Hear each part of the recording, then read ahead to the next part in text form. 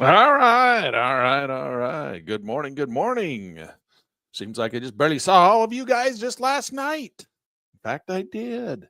This is the lab for our Utah Tech University class. And so, of course, we're doing it on YouTube. And so that means that everybody in the whole world is welcome. Anybody's welcome who wants to come and attend our university class labs. And but this is specifically designed for the classes that we had last night.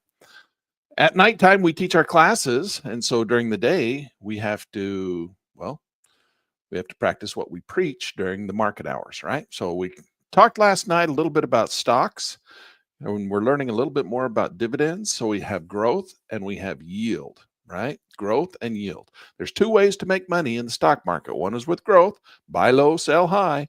The other one is with yield, right? Yield meaning the dividends that the stock pays to us over a period of time. We make the dividends by not having to sell the stock, all right? The only way you make money is to buy low and sell high with growth. If you don't sell it, well, you don't ever realize your growth. Okay. So that goes both ways. If you lose the money and you don't sell it, you don't ever realize your loss. So there's both sides of the same coin. You don't realize your gains. You also don't realize your losses if it goes down. A lot of people won't sell when the market goes down because they'll realize a loss in the hopes that the market comes back up. A lot of people, on the other hand, do the exact same thing. They buy it, and then when it goes up, they won't sell it because they hope that it'll go higher, right? And they can make more money. What usually happens is it goes up and then it turns around and comes down, and then they sell it below what they bought it for and they lose money. That's how most people lose money in the stock market, because psychologically it's very difficult to buy low and sell high. Because when you buy it, you fall in love with it. Oh my goodness, I love my Apple stock, right? Because you love your Apple iPhone. So you love your Apple stock and you think it's going to go up forever and you're just going to make money forever, ever, ever. And over a long period of time, most of these big stocks that are good stocks, they do, but not all stocks go up forever. Some stocks they turn and they just kind of bounce back and forth through a wave process, back and forth. And they buy here and then they make a lot of money and they don't sell and take their profits and the market falls all the way back down. And then they get scared and they sell out at the bottom less than what they bought it for. And that's how you lose money. All right. You're like, well, no, then I'll just never sell. Okay. Well, if you never sell, you never realize a profit either. You can't make money that way. So you have to sell if you're in a growth world. Otherwise, you never experience any profits. And that's one of the problems that we have when we invest in the stock market for retirement, right? We put all this money in, we put it in for our whole lives. And then at the end, we're like, well, I'm supposed to start making money, taking it out, right? Well, if you start to sell, right, because you buy low, sell high, whenever you sell, you depreciate the number of shares that you have. And so the next year, you have less shares to make money with, and then you sell more because you got to make money, you got to make your payments, you sell more, and then eventually you kind of run out of shares. And I like to use Bill Gates as an example. At one point, Bill Gates, he owned 100% of Microsoft shares, right? Or close to it. He had partners. So amongst the partners, they owned 100%. Well, then they went public and they started selling their shares to the public. And to get more money, that's why they do it, right? They sell their shares. But over time, Bill Gates kept wanting to make more money, right? He had lots of big debts and obligations, buy big houses and jet airplanes and nuclear facilities. And then he started wanting to give money away. So what did he have to do? Well, he had to sell his shares in Microsoft. And today, not that I'm feeling sorry for Bill Gates, I certainly don't. He's got lots of money. All right. And he's invested it in other things, but he now only owns 1% of Microsoft. Did you know that? Bill Gates only owns 1% of Microsoft. Now, 1% of Microsoft is still a lot of money. All right. That's a lot of money. But Microsoft, big company. But nonetheless, where he used to own, nearly 100%, he now owns 1% because to get that money out, he had to sell his shares. And if he keeps selling his shares of Microsoft, right, he eventually won't own any Microsoft. It'd be completely out. But that's the nature of the beast. Then he dies, right? And then who cares? But that's the whole point. To play that growth game, you have to buy low sell high, and to realize your gains and to be able to take that money and go buy a new Tesla, you need to sell your shares. And then you don't have shares to give you more income. That's why we start to look and shift our focus towards yield. All right, because we have growth that we just talked about, and now we have yield. Yield is the other side of the game that a lot of people don't play in the stock market. They kind of look at it like I have for numerous years and say, well, you know, yield is such a small amount of money. It's almost like, why bother? But we're going to start getting into some yield. It's a little bit more, let's bother. All right, let's bother with some yield. So we're going to start in this class talking about yield.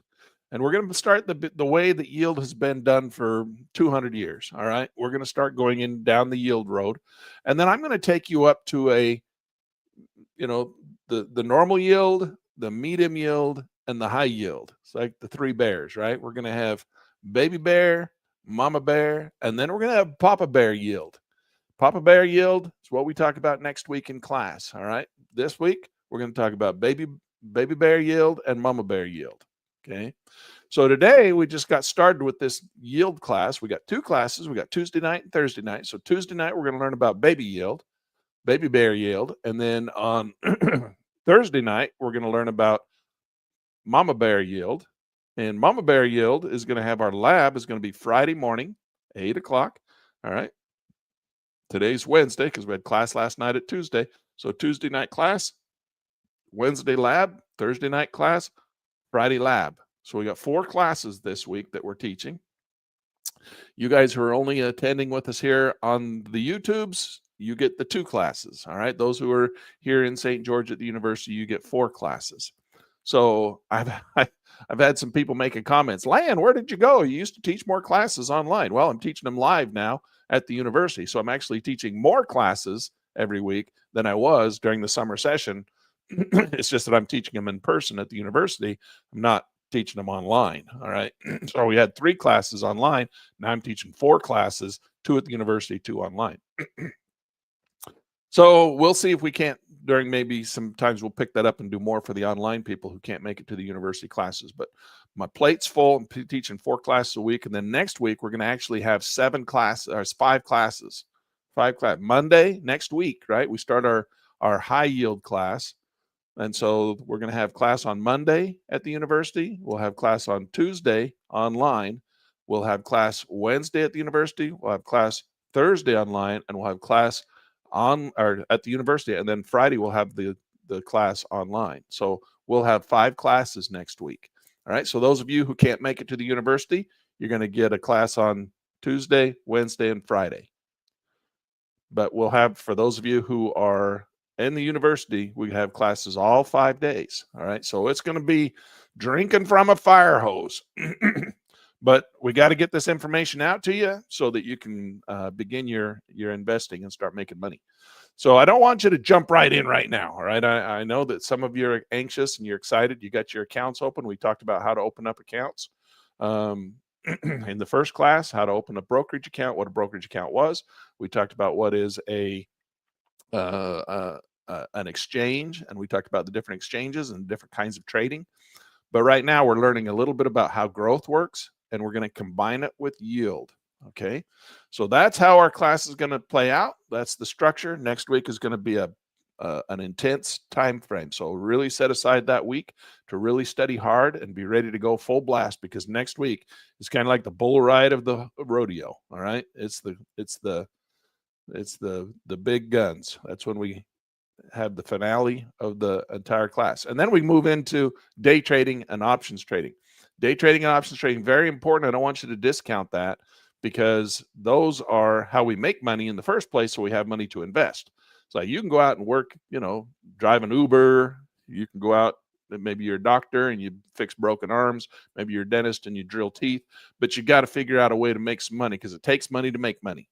And if you're spending every single penny you've got from your job and you have no extra money to invest, you got to do something else. All right. You might have to pick up an Uber job, or you might have to get a side hustle for a little while. All right. You got to make some money. So one of the ways that I teach people to make money is day trading. Now, day trading can be a great way to make a little bit of extra money on the side, or can be a way that you can lose some money on the side. So we got to be good at that too. So now you got to learn two things. You got to learn how to day trade to make money, or you can go down and work at a gas station if that's more your speed. But I'm just offering that as a class. We're going to learn how to day trade, and then we're going to learn how to trade options so that we can make some money, so we have money to invest and get the growth and the yield. All right. However you want to make your money. Now, these are the slides that we went through last night in class. I'm not going to go through them again here, but I do want to come all the way down to the bottom where we talked about the the different funds. All right. So we had a list of stocks. Here they are. Top dividend paying stocks in the S&P 500. So now these are the top yield stocks. Hold on a second. I'm losing my voice.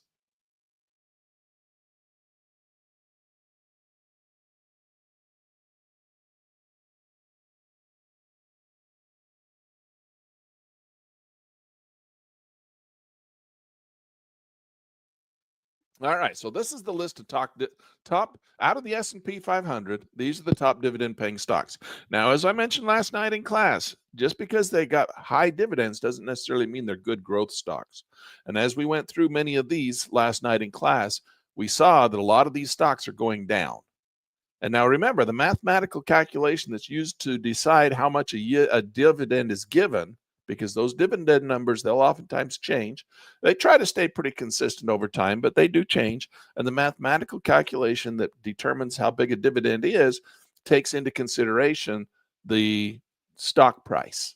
All right, so the stock price in these stocks uses the stock price to help determine the dividend.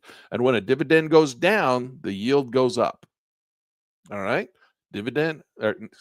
let me restate that. When price goes down, when the growth goes down, stock price goes down, dividend goes up. And that's the mathematical calculation relationship between dividend and price. All right, price goes down, dividend goes up. Price goes up, dividend goes down. Okay, it's an reverse as well. So if the stock price goes up, the dividend goes down. Okay, so you got to keep that in mind. And there's reasons why that is. One of the biggest reasons is they calculate that in, because if the stock's going down, they want their dividend to go up so that you won't sell your stock. The companies want you to stay in the stock. They don't want you to get out. All right. So they want that stock. The more people who are in it, the more likely it is to go up, right? People buying the stock, staying in the stock, that's good for the company. So they don't want you to take your money away from them. So that's the nature of the beast, and that's how it works. And so we want high dividends and stocks that go up. That's usually a little bit more difficult to do, but it does happen. But remember, you're going to have dividends. The stock keeps going up, the dividend goes down. All right, it's a relationship. But we want high dividends and growth stock if we can. It's kind of hard to come by. All right, and so we're going to go through and we're going to look at a couple of these stock funds, and then I'm going to go over and show you a different list. This is just the highest dividend. All right, so I'm going to take this list. You've all taken your little cell phones. For those of you who weren't in class last night and are here on taking the class with us, take your little cell phone and take a picture of that. All right, snap a picture of those things right there. I'm going to give you 30. It's been up there for a minute. You should have done that already, but just to remind you, take a picture of that real quick because I'm going to take it off the screen. Those are the highest dividend paying stocks in the stock market. Or in the S&P 500, not in the stock market, in the S&P 500. If we go off into little tiny stocks that have like $3 shares and they pay a dividend, sometimes those dividends are really big. But the reason they're really big is because they're really shitty companies, all right? So you don't want to be investing in crappy companies. All right, so I'm going to take that off the screen for right now, and we're going to go look at some of those, all right? So I got that off on the side screen here, and we're going to pull that up, and we're going to start looking at those one at a time. So I'm going to go over to a different program. This is my live trading platform. This is a platform that I use to actually trade with. This is my live trading platform. It's called Track and Trade. And if you guys don't have this product and you would like it, you would like the software I use, here, just real quick, I'll show you where to get it. Okay, this is the software I use. It's called Track and Trade. They've got two versions, one for stocks, one for futures. This is the website, track, the letter N, trade.com. This is where you download a free 2-week trial. No credit card required. Okay, go download your copy, then come back here, follow along, and I'll show you all my settings. All right, so that's the software that I'm using if you want to use the software I use. Now, there's another program I use as well in combination with it, all right? And this is, I use actually several programs. This is one of them, but the one I'm going to use right now is called Finviz. We used this one last night in class, and I like this one.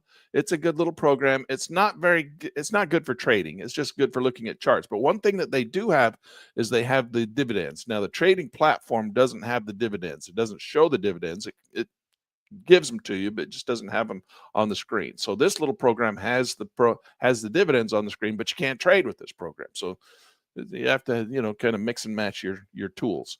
But I like this program and I like the other one. So here's the other one. Here we go. So we're going to go through and we're going to take a look at, and that's not the one I want to look at. I want to look at the first one that was on our list, which was LYB. And we looked at this one last night in class. We'll just pull it up real fast. LYB. And LYB, if you look at LYB, you can see that it pays out its dividends. This little chart shows you the dividends are paid out right down here with a little circle. And this is kind of why I like this chart, because you hover over this little circle and it shows you that it pays out $1.37 per share. Now you have to remember, the dividends are paid to you by the number of shares you have, not how much you paid for them. So even though you maybe you bought your shares back here, all right, back here at $80, well, it doesn't matter. You're still going to get $1.37, whether you paid $47 for it today or whether you paid $80 for it back a year ago. You're still going to get $1.37. If we go back here to look at this one, it was also $1.37. If we go back to this one, it was $1.34. So you can see as the prices went down, the dividend went up. Okay, went from $1.34 to $1.37. So it's going to pay you $1.37 per share. Now, if you want to buy more shares of LYB because it pays a high dividend, $1.37 per share, you'd be better off buying it now, right? Again, it goes along with that saying of buy low, sell high. If you buy your shares down here at $45, well, $1.37 into $47 is a lot better rate of return than $1.37 into $80. So when we trade, we want to always keep that in mind. Okay, if we're trading for dividends, if we're trading to try and get that yield and we're going to live off the dividend. Now, the advantage of having yield and living off the dividends is that you don't have to sell your shares to obtain that dividend. And that's a big deal. All right. Because if you're Bill Gates and you sell out of all your shares, you no longer have any dividends coming in. And if you don't have any dividends coming in, you're going to have to sell your shares to pay your bills. And if you sell your shares to pay your bills, the biggest fear that everybody has is what? Retiring and running out of money. All right. Everybody's afraid of retiring and running out of money before they die. Okay. So you don't want to run out of money before you die. That'd be tragic. And so a lot of people have that fear. And so what do? Well, they retire. And then out of fear that they're going to run out of money, they don't ever spend it. And they don't have fun in their retirement. All right. So they'll sit at home on a big pile of money, but they won't spend it because they're afraid that they might live too long, or they might need it for medical bills, or they might need it for this or that or other things. They don't know they just live in fear. So a lot of people who retire live in fear because they've only been taught their whole life, buy low, sell high. And the only way you make money is to sell your shares if you've been in the stock market, right? And if you sell them, you no longer have them. And if you no longer have them, you no longer have money, and you can eventually run out of money and be homeless, right? In retirement. Nobody wants that. So that's where this idea of yield first starts to come into play. We want to solve that problem for you. All right. So we want to be able to live off of our dividends and not have to sell our shares. Now, we're going to do a little math here. We did a little math in here last night, but we're going to do it again here today. All right, hold on a second. I'm getting a notice that something.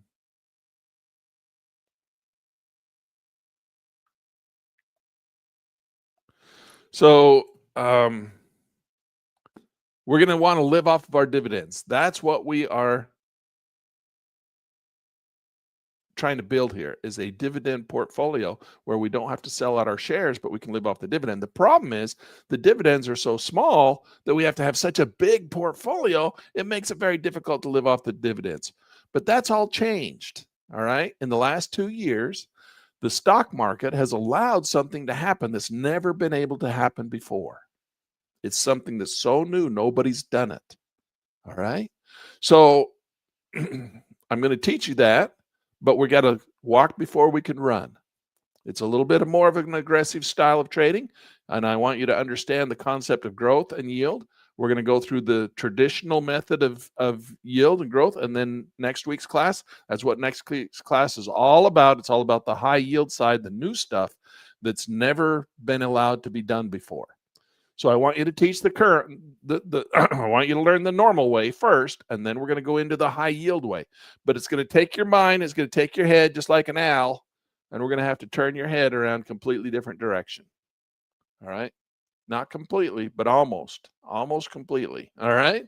And we got to have a different mindset. So this whole process of taking you through from the beginning to the end, from the beginning of my first class to my second class to my third class, has all been a process to bring you along to the understanding of what's happening with this new method of trading. A lot of people don't understand it. It's new. It's only been out there for about 2 years. All right. The longest one. Some of them have only been out there 2 or 3 months. All right. So it's very important to understand them and to understand the concept behind them and how they came about. So that's why learning all this stuff is important. If you just dropped right into the third class and I told you what to do, you'd be like everybody else out there on the YouTubes who are like, oh, that's crap. That doesn't work. Oh, I don't get it. Oh, that's stupid. It doesn't work, because they don't understand it. All right. There's a lot of that going on out there. You introduce something new to a whole world of somebody who only knows this religion, and then you introduce them to a new religion, bam, they hate each other. All right. So there's a lot of that going out there. You got to just set it aside, ignore it, and realize that because you came to these classes, you know more about these markets than 90% of those people who are out there complaining and whining and moaning about it. All right. So don't be a whiner, bitch your moaner. All right. You're going to learn the right way to do it. And I'm going to take you through that process. It's going to be a slow process, but some of it feel like it's a fast process. I mean, if you're new to this, it's like you've been drinking from a fire hose, and that's okay. I'm still going to be here even after classes are over to help you. And you can just keep coming back to these labs, keep coming back, keep coming back, keep coming back, and you'll get it and you'll finally understand it. And I can help you make it happen. All right. That's why we're here. So the whole idea is that we want to get this dividend income so big that we don't have to sell our stocks to live. Now, let's take our little calculator. I'm going to do it on screen instead of using our little phones like we did last night. All right. And this might be a little slower even, but we're going to do it so you can see the calculations. All right. So there's our little calculator. That's kind of funny looking, isn't it? All right, Microsoft.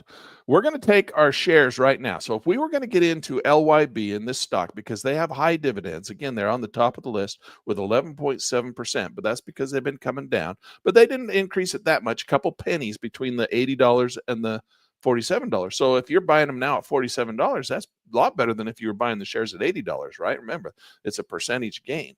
So we're going to take $10,000. Let's say we got $10,000. I like to use that because it's a nice round number. We're going to take $10,000 and we're going to put it into LYB. So that means we're going to pay $47.40. So we're going to go divided by $47.40. This is the math that you need to do to understand how this works. Now, once we get to a certain point, you don't have to do this math, obviously. It's like going to high school, and I want you to learn how to do the math. We're going to use a calculator even. You don't have to do it on a piece of paper, but we're going to use a calculator to do the math. But after we get going, we're going to have software that does this for us. All right. I'm going to show you that too. And we can go in and we can have software that figures this all out for us and shows us the growth, or the stock going down is still growth. It's just negative growth. So you have negative growth in this case, but we're going to buy it at 47.41. So we're buying low. Now, could it go lower? Yeah, it certainly could. Stocks do go lower, but it's down at 47 right now. Our hope at this point, we're going to make a wild, crazy guess that we think the market's going to go up. All right. That's okay. But we're really more interested in the dividend itself, not so much the stock, because we get paid the dividend regardless of how much we paid for the stock. And if we're going to live off the dividends, we never plan on selling the stock, right? Think about that. If you're going to live off the dividends and you don't want to have to worry about growth, you're never going to sell the stock. Once you buy it, it's yours until you die. And your kids are going to sell it because you're just going to live off the dividends. Again, change your whole world outlook. If your dividends are high enough that you can live off of those, why would you ever sell the stock? Doesn't matter whether the stock's $80 or whether the stock's $47. Whatever you paid for, it's irrelevant. It becomes irrelevant at some point, does it not?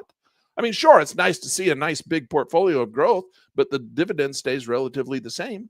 And if you buy it at $47, well, your percent gain on the dividend of $1.37 per share is twice what it was when you bought it at $80. So it's actually better. You can buy more shares at a lower price. If the price goes down, you can buy more shares at a lower price. That's better for you. When you get a big, expensive stock that goes really high and you have to pay more money, you pay $80 for it just to get $1.37. Well, that's not nearly as good as if you're paying $47 for it to get $1.37. So with these high yield funds, you kind of want the stock to go down. Sounds a little counterintuitive, doesn't it? But the reality of it is, if you think about it, you don't really want the stock to go up if you're a yield first investor. Yield first meaning that you're going to make your money and live off the dividends, not off the stock. Not like Bill Gates, who's going to sell all of his stock off because Microsoft didn't give dividends for the longest time. So to make his money, he had to sell his stock off because he had no dividends. So he sold off all his stock. Now he's running out of money. He doesn't have, not really. I mean, Bill Gates has more money than, almost everybody in the world. But the point being, he doesn't own a lot of Microsoft anymore. Okay. So he sold it all off so he could have the money, so he could have the cash. And they didn't have dividends. So we're going to go for a dividend yield first. We want to live off the dividends so we don't have to sell our stock. So if we're not going to sell our stock, we don't really care what the value of the stock is. And if it goes down, that's good for us, because if we have any more money, we want to buy more shares to get more dividends, to make more money, we can buy the stock at a lower price. That's good for us. As yield first investors, we like the stock to go down. Isn't that crazy to think about? That's crazy, huh? Like I said, I'm going to twist your head and make you think a whole different way, something you never thought about. So as we come around, we're going to do this. We got 47.40. We're going to go equals. That's going to give us 210 shares. Now, if we would have done this last year, we'd have only had 105 shares because they were trading at $80.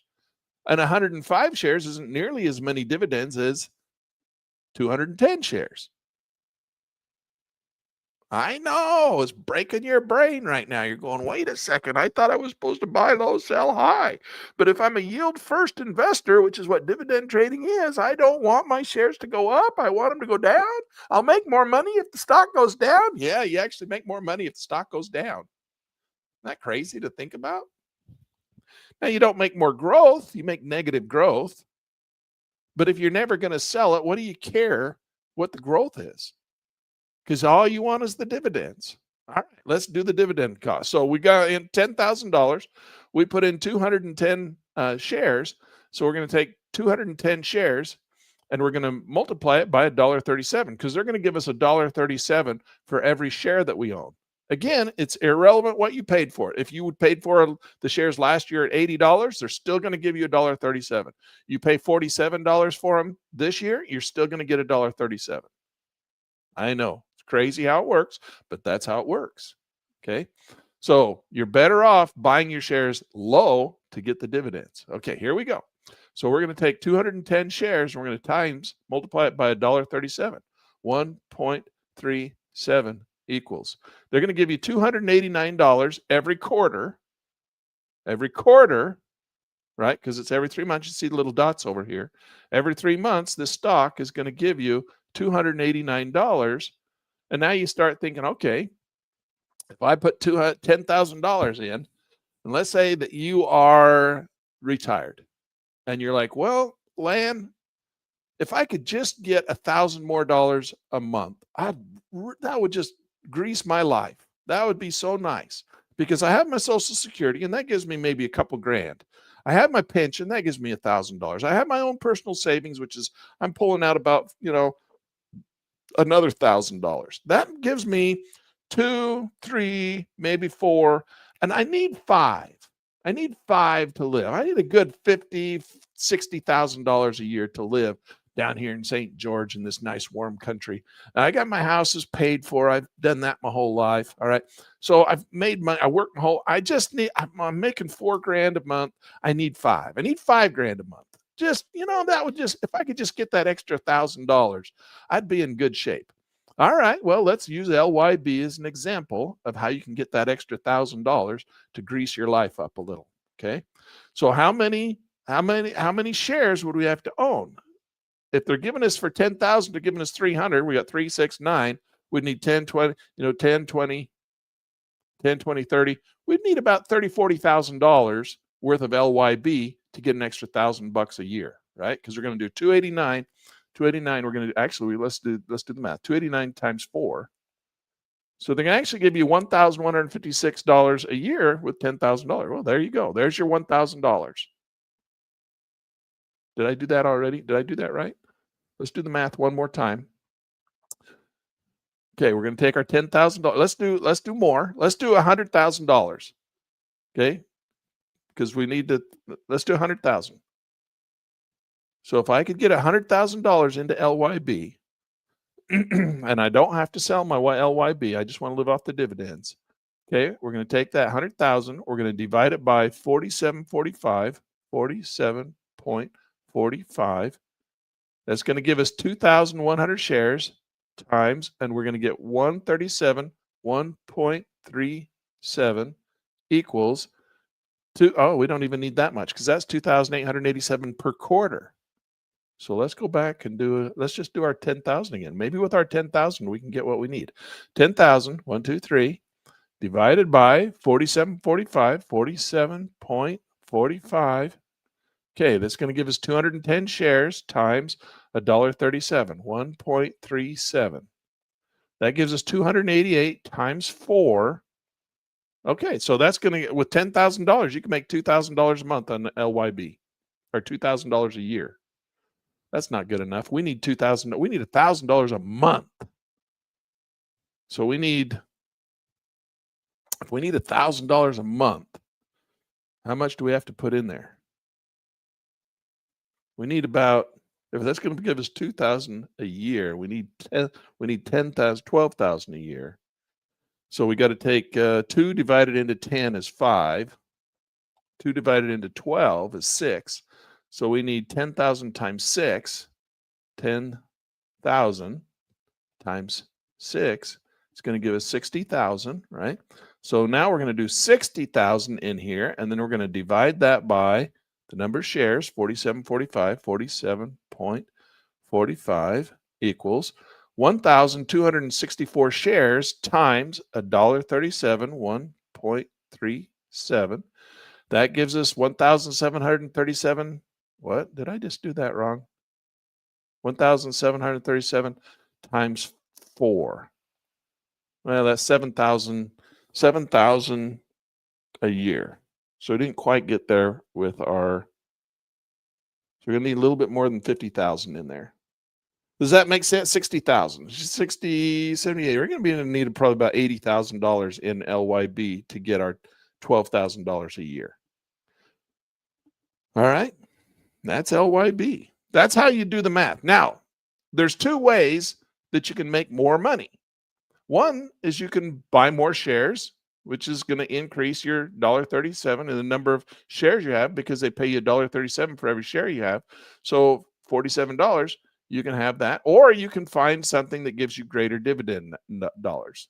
Now, this is already considered one of the top, right? And the shares are down priced. So this is actually one of the best ones you can get right now in the traditional method. So that's what we're going to talk about. This is the traditional method. Let's go over and do some more. I'm going to show you now a couple little calculators. We're going to come over here to, because all this math right here is kind of hard. I mean, we're sitting here, you understand it, right? I mean, it's like, okay, I understand it. I know what the math is. But now there's a little calculator that you can come over to that I wrote. Let's see if we can see if it's working. I wrote it, so it's probably got to see if it's working. Okay, we're going to come over to what we call the Pit News calculator. And you go to pitnews.com. Again, that's my company, www.pitnews.com. And then we're going to go to UBI calculator. I call UBI because the UBI stands for Universal Basic Income. All right. And that's what we're trying to build here. A lot of people are worried that AI is going to take their jobs. And so they're talking about what they call a Universal Basic Income, UBI. Well, what else takes your job besides AI? Old age takes your job. So the federal government already has a UBI, Universal Basic Income. It's called Social Security, right? Well, everybody's sitting around waiting for the government to save their sorry heinies because they're worried that AI is going to take their jobs, and they're looking to the government to give them a UBI, Universal Basic Income. And I'm saying we've already have a Universal Basic Income for old age, and how's that working out for you? So we don't want to live off of a government UBI. That'd be horrible. All right. We want to build our own UBI, our own Universal Basic Income. We want to do it out of pure capitalism. All right. Capitalism right here in the greatest markets in the world. Okay. So we're going to build our own Universal Basic Income out of capitalism. Now you go here to pitnews.com, UBI-calculator. This is free to you. Well, where'd it go? Calculator, UBI calculator. I thought oh no, I changed the name. All right. So for you guys, the UBI is gone. It's no longer called UBI. It's now called dividend calculator. So type in dividend calculator. All right. UBI is gone. It's now dividend calculator. I renamed it to dividend calculator. So that's the address right there. Take your little camera, take a picture of it. pitnews.com/dividend calculator. And now we're going to come in here, and there's 3 tabs up here: investment calculator, break-even calculator, and dividend calculator. There it is right there. Click that link. That's going to bring you into a window that's going to do all this math for us. We've been doing it manually, so you understand it. I want you to understand it. I want you to understand how dividends are calculated based on the number of shares, the dollar amount of the shares versus the, all that's really important. That's why we needed to go over to this little, if I can get back there. That's why we needed to go over to this little thing here, because it showed you the dividends, $1.37. It showed you the share. You could do the math manually. All right. It's important that you understand how that's done. That's the background. Now we're going to come in and we're just going to use our dividend calculator. And if you skip the step of understanding how and why it works, well, then that's where you start to lose traction and you don't understand what's going on later on in the class. All right. It's like when you were in algebra. If you don't understand the first week of algebra, you're going to be lost the whole rest of the semester, right? You got to really understand the foundational structure of algebra before you can understand all of algebra. So this part that we're learning now, I know you're like, I just want to get to the good stuff, Land. Just give me the good stuff. Well, the good stuff is this stuff. This is the foundational structure. All the other good stuff that we're talking about that we keep saying, wait for the good stuff, right? The bull ride, it sits on top of all this stuff. If you don't understand this, you won't understand the good stuff. If you just drop into the third class, you'll be lost. You won't get it. Okay. So now we got the dividend calculator, and it's going to do all this calculation for us, but now you know behind the scenes what it's doing. And it's okay. You don't have to do all that math with your calculator. You can, because now you know how. Now we can come in here and we can compare 2 stocks, one against the other. So now on our list, if you remember, oh my goodness, that got big really fast. How come that does that? Anyway, there we go. Here it is. VIG. Look how big that is. I can't get my screen to go the right size. Okay, but it's got the number. VIG is the one we just did, right? Nope. No, this one. Lendell, LYB at 11.7. Now, UPS is the second one on the list. UPS is at 7.8. So I'm going to see if I can figure out why that went monster size. So we're going to come in here and we're going to put in LYB in the stock symbol here. And we're going to come in here at the current price. We need to put in, so we need to come over and we need to look at LYB's price. I can't remember. What was it? 47.45. We'll put in here the share price, 47.45. And the dividend that it paid was $1.37. So we come back over here and we go into $1.37. And we're going to do monthly frequency. It pays quarterly. All right. Now, some pay weekly, some pay monthly, and some pay quarterly, some pay annually. Now, we're working with quarterly. It'd be nice to go down to monthly, wouldn't it? Might even be nice to go down to weekly.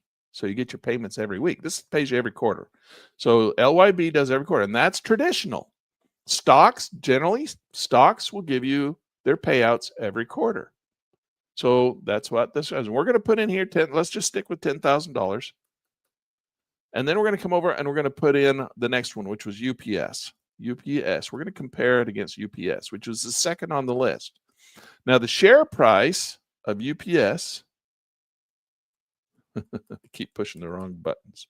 The share price of UPS, we're going to come in here and type in UPS.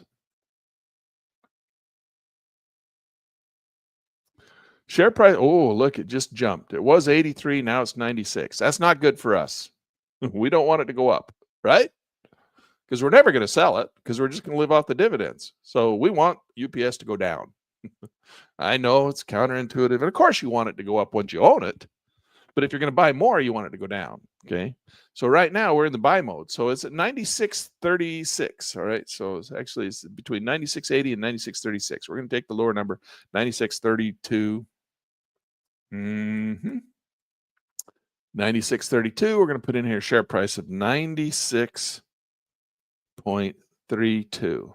And the dividend that it just paid, we're going to look back here. It's getting ready to pay a dividend right now. This one was back a while. So what, $1.64 a share?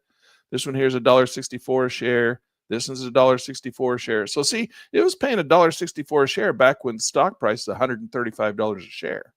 Now stock price $96 a share, and you're still getting $1.64 a share. So you're getting a bargain down here. All right. So buy UPS, get your $1.64. So let's go put that in, $1.64 into our calculator. So dividend amount is $1.64. Oh, let's make it right, 1.64. And then it pays quarterly as well, right? It was paying quarterly. Our little dots were every 3 months. This one here is earnings. So that just tells you what the earnings were. All green. That's good. You like all green? Earnings good here? No, had lots of red. That's not good. Earnings here? Oh, all green again. That's why it's going up, all right, because they're making money. So, but their dividends are going to come out. Their dividends are going to come out here real soon, right? Not shortly after earnings. They give the dividends, and it'll probably be exactly the same dollar amount, $1.64. All right, pretty consistent. So now we're going to come over and make sure that we have quarterly, 10,000, calculate. All right, so we put in our calculation, and these are our answers. So this does all the math for you. It's a really cool little thing, and it's free to you. All right, I don't put this behind a paywall. If you come to my class, and if you come into my YouTube channel, you get to find out all this stuff. This is where I hide all my secret tools. I hide them behind, there's no link to it. You just have to know what the link is. It's pitnews.com/dividend-calculator. You type that in, this little calculator come up. It's not on Google. You can't search for it on Google. It's not going to come up in Google. So you have to put the address in up here in the address bar. If you go to Google and type that in, it won't come up. If you go to pitnews.com and look for a link to it, it won't come up. The only people who get this are people who talk to me and I show it to them. All right. And there's all kinds of calculators in here we're going to be talking about. We're going to go to this little one. We're going to go to this one. And then we got a whole tracker in here. We're going to go to this one. We're going to go to this one. We're going to talk about all kinds of really neat stuff. All right. This is my real money portfolio. So we'll open that up right now. Come back to it. Okay. And then this is how this works. So your annual dividend yield is 11.55% for LYB, which is what we knew, right? We saw that. And then actually the chart said 11.7. It's like 11.55. The weekly, you're going to get $22 a week. And then your monthly, you're going to get $96 a month with $10,000. And yearly, you're going to get your $1,000. There's your $1,000. So in 5 years, the total dividends will be $5,000 or 57.7% cumulative. And then your portfolio value after 5 years, you'll have $15,000 of dividends. Now, the name of the game is to get this number high enough that you can live off of it. So yearly, we need to have that up to what you need to make it worth livable. So we just come up here and increase this number. Now we're going to come down and compare against UPS. So UPS annual dividend is 6.81%. This one is 11.55%. Now, weekly, monthly, yearly. So your yearly payout on UPS is 681. Now, the reason I bring these up is because they are the highest numbers. There's also another list that I created, which is not only the highest number, but the most popular. All right, most popular ones. Now, I went and did that with Grok, and I did it prior to class. So you didn't have to sit and wait for Grok to go through and think it all through. All right. So this is the list that Grok came up with when I said, what are the top 10 most popular dividend paying stocks with both good growth and good dividends? All right. So that's what I went and asked Grok. Now, what's great about Grok, about having AI, is we've never had this before either. All right. We've never had this ability to do research into the stock market like this before. We had to just go out on websites and search and look and try and find and see marketing and ads and go to newsletters and, all kinds of different stupid ways of trying to find out what good stocks were to trade. Now we've got AI. Changes the whole world. You know what it would have taken me to find out what this list would have been prior to AI? Oh my gosh, it would have been hours and hours and hours and maybe days and weeks of research. Believe it or not. Yeah. And then, probably find them somewhere scattered across different websites, whether it's Yahoo Finance or Google Finance or, Motley Fool Motley Fool. A whole bunch of different places out there trying to throw ads at you to get you to buy their stuff. And then they say, oh, this is a good stock. And you go to find out what the stock is. And what they're really trying to do is just sell you their newsletter, right? So being able to have AI and be able to do our own research like this is incredible. All right. Incredible. If you guys are not using AI, if you're like, oh, I'm AI, my AI reverse. I'm not using AI. Oh, that's the evil, demonic devil stuff. No, it's not. It's just a fancy search engine. It's just a smart Google. Okay. It's just a smart Siri. Remember when you got your first little iPhone and you talked to Siri and you're like, hey, Siri. And you were like so excited that you could talk to Siri and ask her questions. And then after a week, you're like, oh, Siri's stupid. She's dumb. I don't ever use her anymore. Why? Because she's so dumb. She can't do anything. And so you just stopped using her. But you were scared. Everybody was scared of Siri. Oh my gosh, computers can now talk to you with a real voice and voice command. Oh no, the world's going to come to an end, right? Remember when Siri came out and everybody was so scared of Siri? Now they're all scared of AIs. Oh no, AI, oh AI, I'm not going to use it. Use it, all right? Use it. Use it before it takes your job. Use it before it takes over the world. Okay. Get in there and use it as much as you can until it takes over the world. I don't know if AI is going to ever take over the world. There's obviously some dangers with it, but there's always dangers with new technology. There's evil people who are going to do evil things with good stuff. All right. So just get in there and use it. Don't be afraid of it. It's just a search engine that's fancy. It's a fancy search engine. You can ask it anything. See that? You just talk to it like you would Siri, only it actually gives you answers. So my favorite one is Grok. Now, I don't make any money if you go out and use Grok, I like Grok better. I like Grok. Grok is from Elon. I really like Elon, but I like Grok better than I like OpenAI, better than GPT. Not that I don't use GPT. I do. There's some stuff that it does nice, but for doing this type of research, I like Grok way better. It's been programmed in a way that I prefer. So it's truth first, and it doesn't try to do a lot of that political woke stuff like GPT does. So I'm not going to go down that out. I'm not going to go down that road. I just like Grok better. So Grok is a good way to come in here and get this. And this is what Grok gave us. So it said when I told it, I said, I want the top 10. And it took it a few minutes. It thought about it. Well, it thought about it for 1 minute and 21 seconds. It says right there. And then this is what it came up with. It came up with Merck, MRK, KMB for Kimberly-Clark, PepsiCo, Realty Oak, and it's telling you the dividends here too. 3.74, 3.96. This is negative. Oh, are these the growth? Why is it got? Oh, approximately 3. So those are not negative numbers. All right. Sorry that I was reading it as if that was a minus, but it's not. It's an approximate. All right. Those little wiggly. It's a little wiggly line. That means approximately. Approximately 3%, approximately 6%, approximately 5.8, and approximately 4. So we're going to come in and look at these. And now I also asked Grok. I said, hey, Grok, can you put these? That's great. Can you now put them in a comma separated list, CSV style? And I didn't specify just the symbols, the ticker symbols. So it put the entire thing into a CSV, and that's not what I wanted. So I just the ticker symbols themselves. So then it gave us the ticker symbols. Now all you have to do is you take the ticker symbols, you copy them just like that, hit Control C, which is copy, or right click and say copy, right? Hit copy like that. So then we come over here and I dropped them into my trading platform. So my trading platform is right here, and I just dropped them right in there. Control V, just like that. There they are. You hit open symbol, and boom, boom, boom, boom, boom. They're already all open. So it goes through and opens them all up into the track and trade trading platform, just like that. We can go down through and look at them. So here's CVS. Here's Johnson & Johnson, as we can look at it from a trading point of view. Johnson & Johnson's really expensive. Look at that. It's all the way up here at $185. It was a little higher, $192.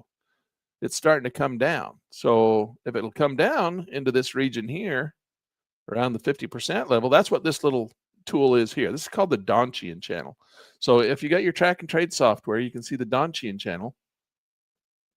And the Donchian channel has a period right here. I have mine set to a period of 100. If you hit the defaults, it comes out. It's at a period of 20 and has different colors. So I changed mine. So I hit my defaults, and I make them yellow like this because I like yellows outside, and then red in the middle. All right. So as it gets out into the outer boundaries, it goes yellow, bottom boundaries yellow, and then the center boundary is red. So I like it right in the red. I should probably make that instead of red. I should probably make it green. I don't know, because green is good, right? Red is bad. So let's make it green. We're going to go into green, make it a lawn green, dark green, lime green. Oh, that's even better. All right, so we're going to make that lime green. I'm going to save that as my defaults. Now my defaults say that lime green. Why is it lime green? Because that's where we want to buy.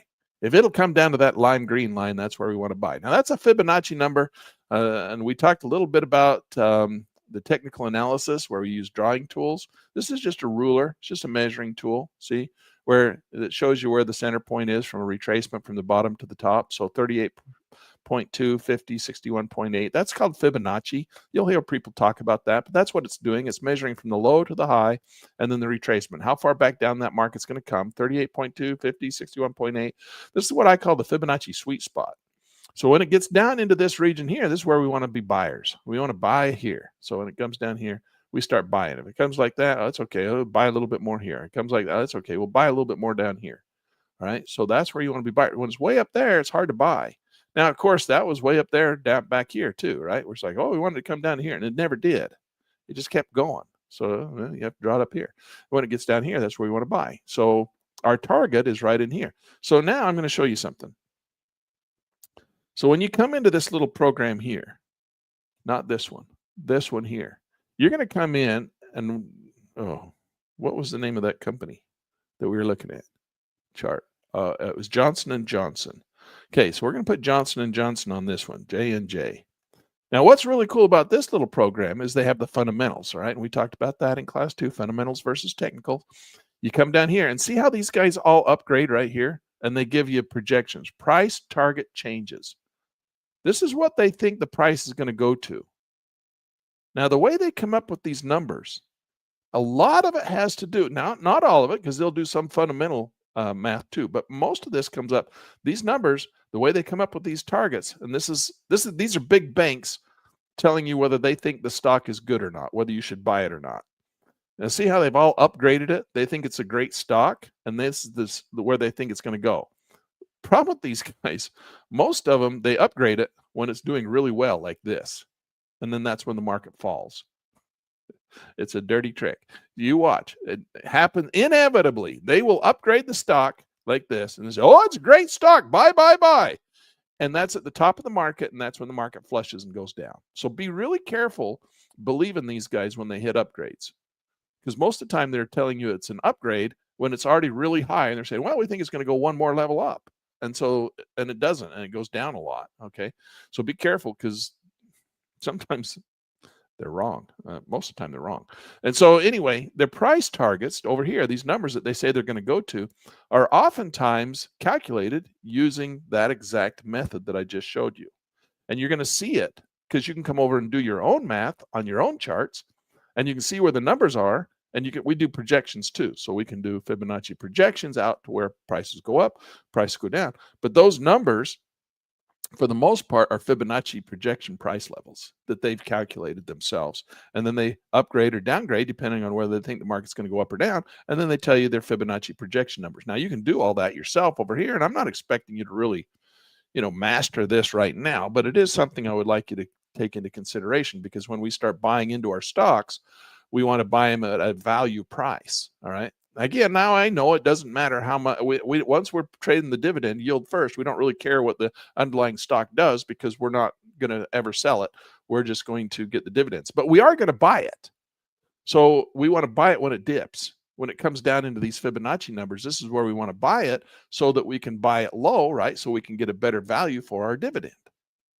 Right? So if you can figure out, hey, I think prices are going to come down soon, I'm not going to buy any right now. I'm not going to buy them really high, because then my dividends are kind of washed out percentage wise. And then if I can buy the shares lower, I'm going to get a better price on my dividends. So we keep doing what we call dollar cost averaging, trying to get our average price that we pay for those stocks as low as we can, because that gives us a bigger dividend percentage wise, right? I know the dollar amount's the same, but what we pay for it is the percent that we paid for it. But once we get it, once we own it, it's irrelevant. It doesn't matter what it does. It's only when we're buying new ones that we really want it to go down. Okay. If we're in the buy mode, if you get all you want, and you're like, I'm never going to buy any more Johnson & Johnson because I'm making as much money on dividends as I want. I've got as much money you want it to go up. You want Johnson & Johnson to go to the moon, because then your underlying stock goes up as well. You get the growth, right? And the dividends.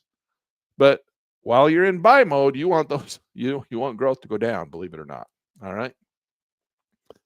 Okay. So that's the two. Let's go back over to our little calculator, and we're going to take a look at Johnson & Johnson. We're going to put that one in. So we've got, here we go. So we're going to come over here, and we're going to look at Johnson & Johnson, and the dividends on Johnson & Johnson, once again, they're paid out quarterly. Johnson & Johnson pays $1.30 at 185. Woo. $185 a share, and they're only paying $1.30. All right, we're going to go to our calculator and put that in there. We're going to have to see how that, not that calculator, this one. We're going to have to see how that stacks up against which one. LIB is the one who's doing the best right now, right? We're making more money on LIB. So we're making yearly, we're making $1,154 on our $10,000, or 11% return on our money. 11% return on your money. That's better than you can get in the S&P, which is, well, right now the S&P is really cranking, and it's making about 12%. So your dividends alone are about the same as the S&P growth. That's pretty cool. And that doesn't even take into consideration the possible growth that LYB may give us. The LYB may take off and go to the moon. Who knows? It may go down some more. But we're not really concerned about that, right? Because we already put our 10,000 in. Now, if we're going to put 10,000 more in, okay, it'd be nice to have LYB go down some more. But if it goes up, then we get our growth and our dividends, okay?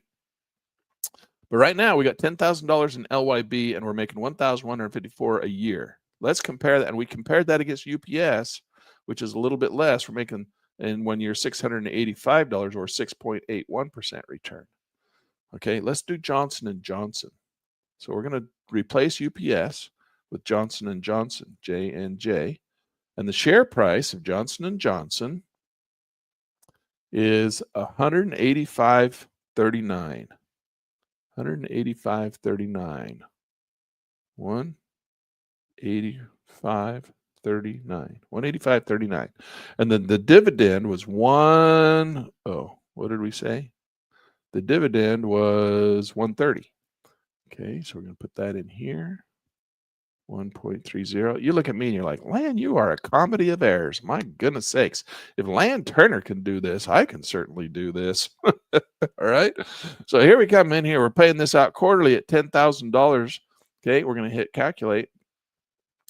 And that's our Johnson & Johnson down here. So Johnson & Johnson on a yearly basis with $10,000 is giving us $280 or 2.8%.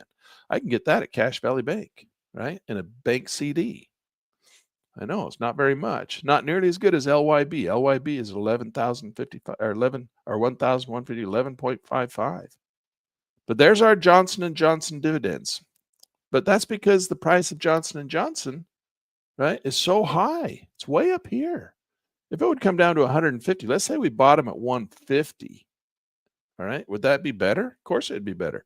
Let's come in and say that we bought Johnson & Johnson shares at 150 for our $10,000. Calculate that. Well, now you can see that we would have made on a yearly basis $346 or 3.47% annualized. $346 a year on our $10,000. I know that LYB up there is still looking pretty sexy at 1,154 or 11% return. And we got the possibility of some growth in here too. Remember, LYB might grow up, might grow up. So we go LYB. Let's go put LYB into our trading platform. Where did our trading platform go? There it is. LYB. So we'll come over here, and we don't have LYB in here, but we're going to put it in there. LYB. So there's LYB, and it's come down. Let's go look at LYB on a weekly basis. Ooh, it's been coming down a lot. That's not good. Why is it tanking? Let's go look at it on a monthly basis and see what it's been doing. Monthly basis. I think one of our class members last night said LYB was a plastics company. With the price of crude oil going down, isn't oil going down? Plastic should be cheaper. So OIL.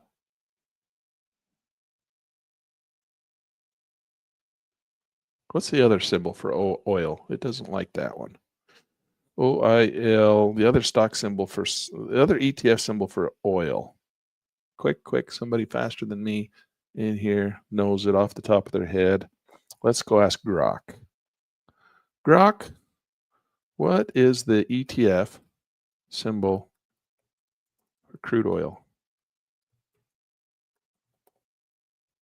The problem is, I got him on long thinker. Here, quick answer. USO, that's it. Why did that slip my mind? We're going to take OIL out. I think they delisted that one. It's USO, US Oil, United States Oil Fund. Okay, so the price of crude oil, let's go look out over the weekly time frame. Yeah, it's staying pretty consistent. Let's go monthly. Over the long haul, it's actually down over from back what it was back in the 2014. Crude oil is about as low as it's been. It's a little bit lower back in 2020. But that's pretty good price for oil. Wow, that's a pretty good price for oil down there. $72 a barrel. Is that what that is? I think it is. All right, so maybe that's not correlated with barrel price. I don't know. All right, so we're going to come over here, and we're going to go back over to LYB, and it's way down. We got to, maybe it's going to come back up, but we don't know. Let's go over and do some fundamental analysis on it just for fun. This is how we would do that. We come back over to this little window here, go back over to this one, and we're going to go down and look at what these guys are saying again. Okay, LYB. Now, this doesn't tell us what LYB does, but you know what does? Grok. Let's go ask Grok. Hey, Grok, what business is stock symbol company LYB in? What did they do? What's their main product line? How do they make money? I'm going to show you another little trick that I use with Grok too here. Just a second. I hit quick answer again. He's thinking really hard on this. Lyondell Basel.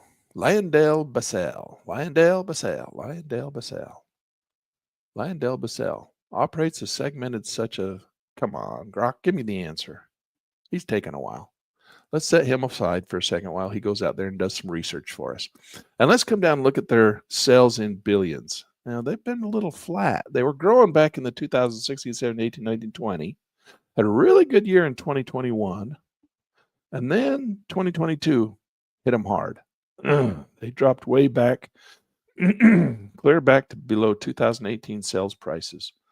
And then they kind of started to come back a little bit. 2023 back up to 85, and 2024 back up to 88, 82. These are billions of dollars. So they're making money. And right now sales are at 92.50. Oh, look at that. And we still got 2 months left to go. So their sales are currently sitting at 92.15 billion. And oh, this is Johnson & Johnson. What am I doing? Come on, land. Get with the program. LYB. Well, that was what we were looking at for Johnson & Johnson. Johnson & Johnson's been a little flat. They're starting to come back. Okay. Oh, here we go. This is LYB. All right. This is back. Grok's done. He's done his research for us. So now Glock says LyondellBasell is a multinational chemical company headquarters in the Netherlands. Oh, they're not even in the U.S. With operations spanning the U.S. Oh, so they're a big company, Europe and Asia and other regions. It is one of the world's largest producers of petrochemicals. Ooh, we love petrochemicals. Focusing on manufacturing chemicals, polymers, and related products while also developing and licensing production techniques. So they sell their secret method to make plastics. All right, petrochemical company. The company operates large-scale manufacturing complexes worldwide where it converts raw material like natural gas liquids, e.g. ethane and propane, naphtha and crude oil into essential chemicals, building blocks, and finishing products. These are used across industries such as packaging, automotive, healthcare, construction, and consumer goods. LYB emphasizes substantially through initiated like recycling and renewable poly-based polymers, circular portfolio, and low carbon solutions while addressing challenges like plastic waste as a yearly 2025, it discontinued its refining operation at its Houston refinery, shifting focus away from fuel production. Trying to go green. So that might be a little tough on them, which is why their stock's going down. They went away from oil-based, tried to do more green stuff. Not that that's bad, just might not be best for their bottom line. So it might be better for the environment, just not as good for their making money thingy, if you want them to make money. These segments account for the bulk of production. So right here's what they do. Olefins, derivatives, advanced polymers, and technology. All right, so that's what they do. That's what one of our polyethylene, that's the number one revenue right there. Polyethylene, 24% of their business. Plastics, fuel-related, fuel-related products, intermediate chemicals, other. Profitability is driven by cost advantages in raw materials, operational efficiency, and pricing. This is called fundamental analysis. All right, when you go in and you look at this kind of information, this is called fundamental analysis. Now, as a technical analyst, we believe that the price of a product is all the price of the fundamentals are all based into price. All right. So if the fundamentals are bad, price is going to be going down. All right. So we can look at the chart and say, well, price is down, therefore fundamentals must be bad. Right. You can derive from just looking at price. That's why you have mathematical models that tell you when prices are low and when prices are high against previous price levels. So if prices were doing well, fundamentals were good back here, well, fundamentals are bad over here. So do you need to go read all that stuff about them? Not really. Just for curiosity's sake. Well, Lendl is doing poorly. Their fundamentals are bad. Grok didn't tell us that. He just told us what the fundamentals were, right? So we can look to see the fundamentals are bad, whatever decision it was that they made back in 2025, at the beginning of 2025, hasn't been fixed in 2026, coming into 2026. Maybe they'll fix that and it'll turn around, their stock will go back up. But they're going to have to change something. Their fundamentals, whatever they did back here was a bad decision, and it's caused their price to go down. They're not making money. We can also see that if we come back over here, we can see that there's sales in billions. Okay, sales in billions. 2016, it was 29.17, then it went to 34, then it went to 39, then it went to 34, then it went to 27, then it jumped way up to 46. What happened between 20 and 21? Well, you don't know, but you could just go and ask Grok, right? Grok will tell you. He could probably do a little research for you. Say, what happened in Liddell? What changed between 20 and 27? Let's do it just for fun, should we? I'm curious. This is the number one dividend paying stock, and it's because their shares are down, right? But their shares they're paying basically the same thing back when their shares were up. Let's ask. I've noticed, what is the year? 2020 and 2021. What happened to cause them to have such a big jump in sales in 2021? Now my things have gone huge again.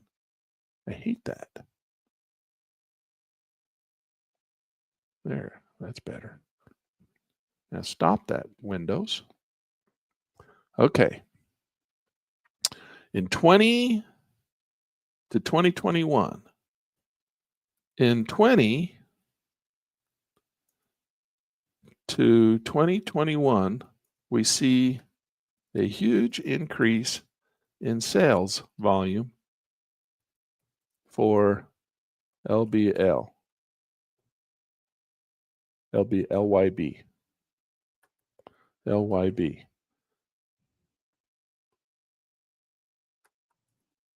Can you figure out why they had such a huge sales increase from one year to the next? What changed? Okay, we'll set Grok off on his work. Let him go study that out for us. All right, so we went to 46, and we went to 50, and then we dropped all the way back down to 40, all the way back down to 40 in 2024, and sales, are only at 35 right now. So they're going down. Now, and everybody down here, downgrade. And they're all saying their price levels, they're expecting 62, 51, 60. These are their Fibonacci projections of where they think price is going to go down to. Piper Sandler, 112. What was the dates on these? The most recent one was May. So nobody's even looked at LYB since May. May, June, July, August, September, October, for 5 months. So they downgraded it and said that they expect it to go to $62 a share, and it's currently trading at 47. So they are looking for a downgrade in May right here. They downgraded it, and then they said that it was going to go to a higher price. That's weird.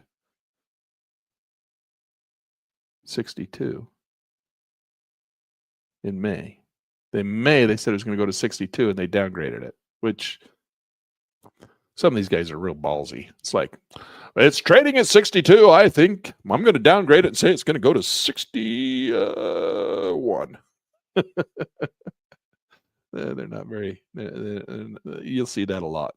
I mostly ignore these guys because they don't know what the hell they're doing. They're just throwing shit out there, whatever sticks.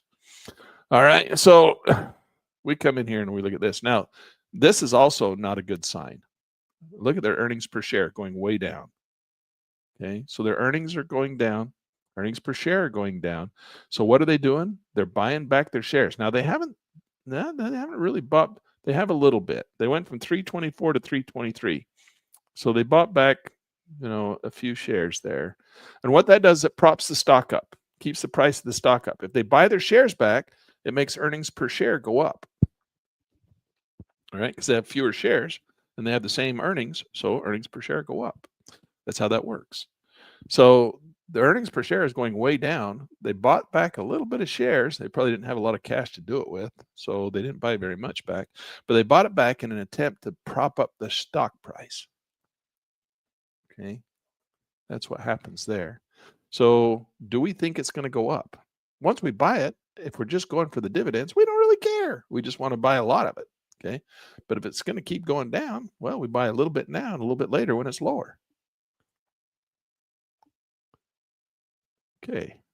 The significant increase in Lindell Bell and sales revenue from $27 billion to $46 billion was primarily driven by a strong post-pandemic economic recovery. Key factors include robust demand recovery. That's why. Okay, higher prices, average sales price surge by key commodities, ethanol and propane, market conditions and supply dynamics, global economics, reopening. They were able to sell more plastic after the pandemic. That's it. Pandemic recovery. Okay. So that is what caused that big leap in money right here. But now they're having a hard time maintaining it. It's going back down. All right. So their shares at 47. The question is, do you want to buy some now and get that high dividend of $1.37 per share? Or do you think it's going to go down further? All right. Now, I'm going to tell you, I'm going to show you next class tomorrow night. Don't be late. All right.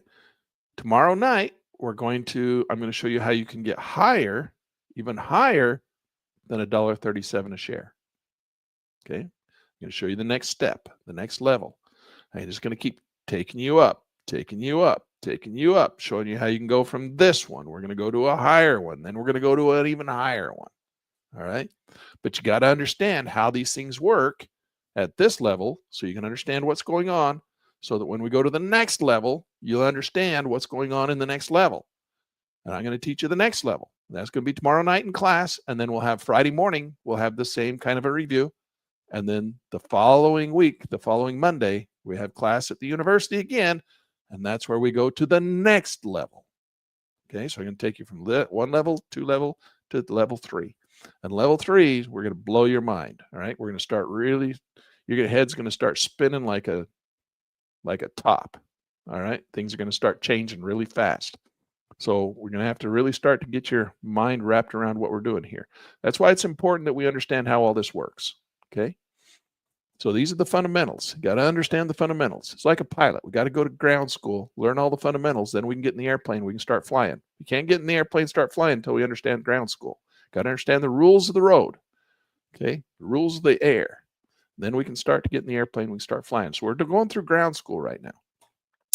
All right, guys, this is all free, except for you guys went to the university. You had to pay the university to come and have this. There's only one thing I ask you to pay me. That's it. One thing. All I ask is that and it's good for you. That's why you pay. It's not like I'm getting anything off of it. It's only $39 a year.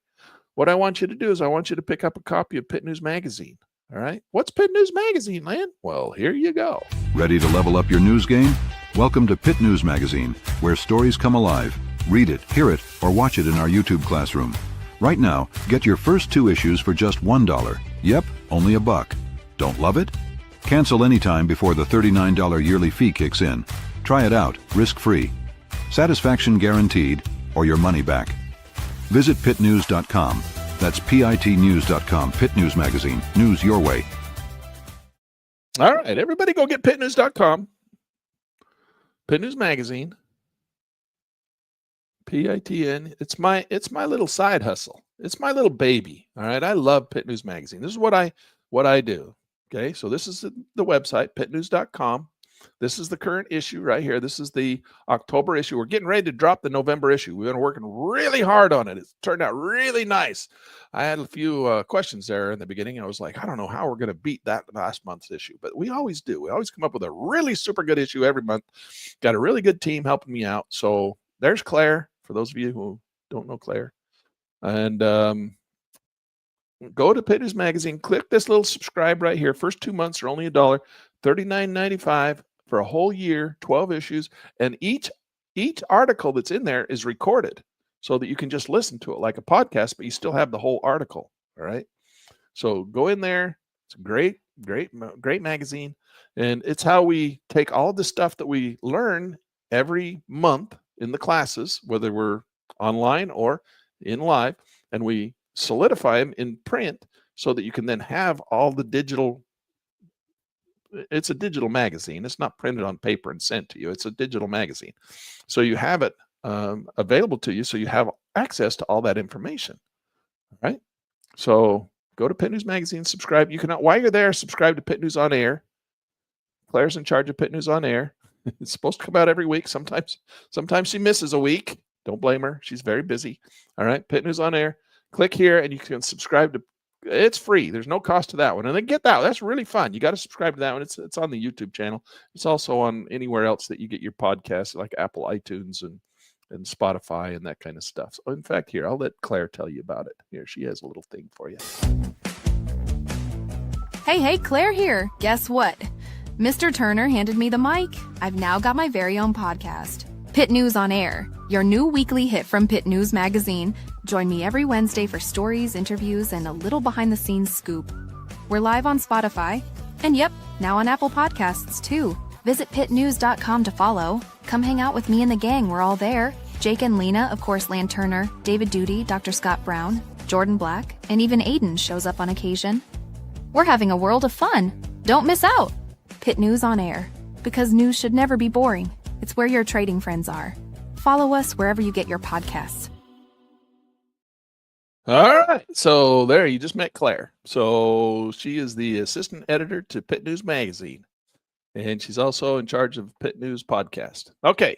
So go subscribe, $39.95 a year. And it won't hurt you. It's not going to hurt you. It's going to be good for you. All right. So don't be skinny hearted. Go out there and get Pitt News Magazine. Look, I tell you what. You know why? Because look, this guy right here says you should have Pitt News Magazine. Look, folks, I was reading this thing. Pitt News, right? Great stuff. I mean, back in Scranton, we had newspapers, but I didn't have, the thing with the facts. Claire Christensen, she gets it. Sharp gal. Reminds me of my Aunt Margie. Could parallel park a Buick with one hand. Subscribe. All right. That guy right there thinks Pitt News Magazine is amazing, and we would never use AI to promote Pitt News Magazine, although this guy right here, he has something to have to say about it too. Look, if you haven't subscribed to Pitt News Magazine yet, then I'm going to need to see you professionally because you must have something wrong with your brain. You must have something wrong with your brain. All right. Here's Hey, Lan Turner here. I got a hot stock market tip for you. Subscribe to Pitt News Magazine. You can thank me later. Yeah, of course. I have a lot of subscriptions for magazines. My most recent subscription, I picked up a lifetime subscription to Pitt News Magazine as an example, among others as well. Yeah. Yeah, of course. And then this guy. When I heard Elon talking about Pitt News Magazine, I called in and got a lifetime subscription myself, of course. So there you go. What better, testimonials than that? I mean, these guys are like, and we would never use AI to get celebrity endorsements. We wouldn't do that. All right, guys, pick up Pitt News Magazine, and we will see you tomorrow night in class. Be there, be square, don't be late. We're going to get started right on time, and then we'll have another lab to go through the things that we learned tomorrow night in class. Friday morning, 8 o'clock, 8 a.m., right here on YouTube. All right, we'll see you guys tomorrow.